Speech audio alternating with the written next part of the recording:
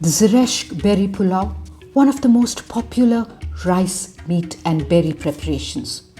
I've received many requests for this recipe and I'm happy to share my recipe the way I make it.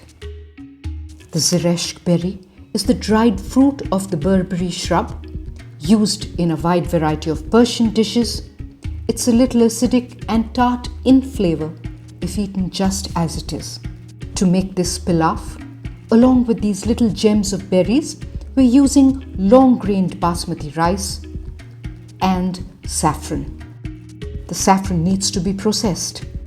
Just steep 2 grams of saffron in 75 ml of warm water for 15 to 20 minutes and it's ready to use. For the meat component, I'm using chicken. Let's begin with the processing of the Zereshk berries. 40 grams of barberry.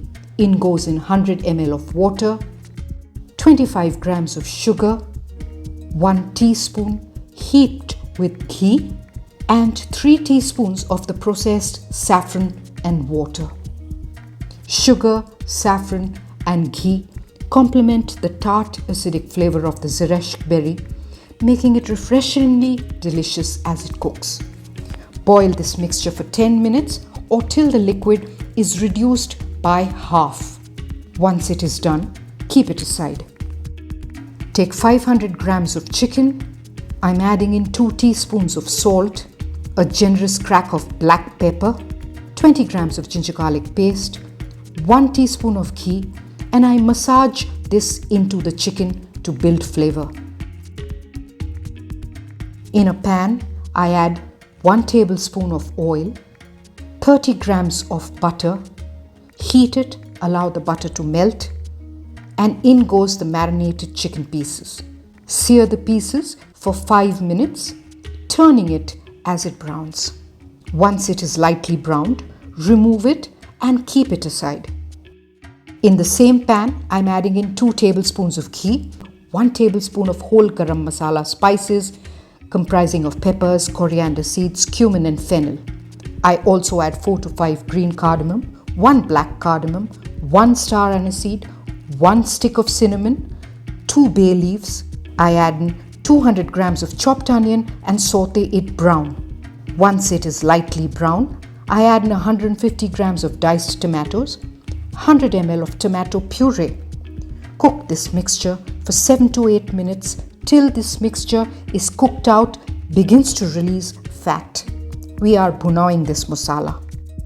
In goes in a tablespoon of ginger garlic paste and I add in Parsi sambar powder to this mixture. 2 heaped teaspoons. It's magical to this recipe. Now add in the seared chicken pieces along with the pan juices and mix this well and sear the chicken in the masala for 5 minutes. Add in 2 to 3 tablespoons of the saffron water. Mix it in well. Add in 2 cups of water and let it come to a boil. Then lower the flame, cover the vessel with a lid and simmer the chicken for 35 to 45 minutes till the chicken is tender. We begin cooking our rice. I have soaked basmati rice for 20 minutes after washing it in 3 changes of water. To a dish of boiling water, I add in a bay leaf, a black cardamom, a stick of cinnamon, 1 star aniseed, a few cloves and green cardamom, 2 teaspoons of rock salt and boil that for 10 minutes. Only then add in the soaked rice. Boil till the rice is 90% cooked. It needs to be a little undercooked. We will be giving it dum. Now strain the rice through a colander. Pass running cold water through it to stop the cooking and the heat. Let it drain off in the colander for 10 to 15 minutes. Back to the chicken, which is now cooked tender. Into this, I add in 3 tablespoons of red malt vinegar and 50 grams of chopped jaggery. Mix it in well. Cook this for another 5 to 7 minutes. The aroma wafting in is heavenly. I now add in 1/4 grated nutmeg, And along with that, I'm adding a secret spice mix. I have 1 teaspoon of garam masala powder, to which I add in a couple of dried roses. Just use the petals and mix and crush this into the garam masala. You have a fragrant spice mix ready. Crush the petals in. Mix it together. Add it to the chicken gravy. All this whilst still on heat. Trust me, the gravy is tasting phenomenal.